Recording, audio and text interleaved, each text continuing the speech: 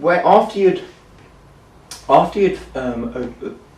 to the conclusion 3D printing was perhaps the way forwards, which application did you pick to try it for real? Our starting point really was anything that we were producing in plastic. So if we were producing something that was coming out of a plastic mould, it might have been a vac forming or injection moulding, or anything that we might be assembling. So you're taking 2 or 3 parts and putting that together.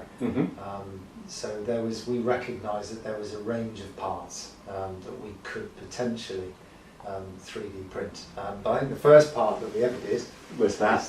Was the filter? Was the filter, yeah. Yes, it was, wasn't it? Which was made up of 2 parts that we would have. One was from a injection moulding tool, and then a wire mesh that went round and then was spot welded. But that was 2 parts and an additional process to end up with that. It's an interesting part, isn't it, with the teardrops in it and the clips inside. Yeah. Indeed, we've got one in our showroom because it's the first part we printed together, and I remember the look of elation on both our faces when it came out. Great. It's a nice part, Richard, that one. I've seen it, many people pick it up and look at it. It's a great example. So that's good. Thank you.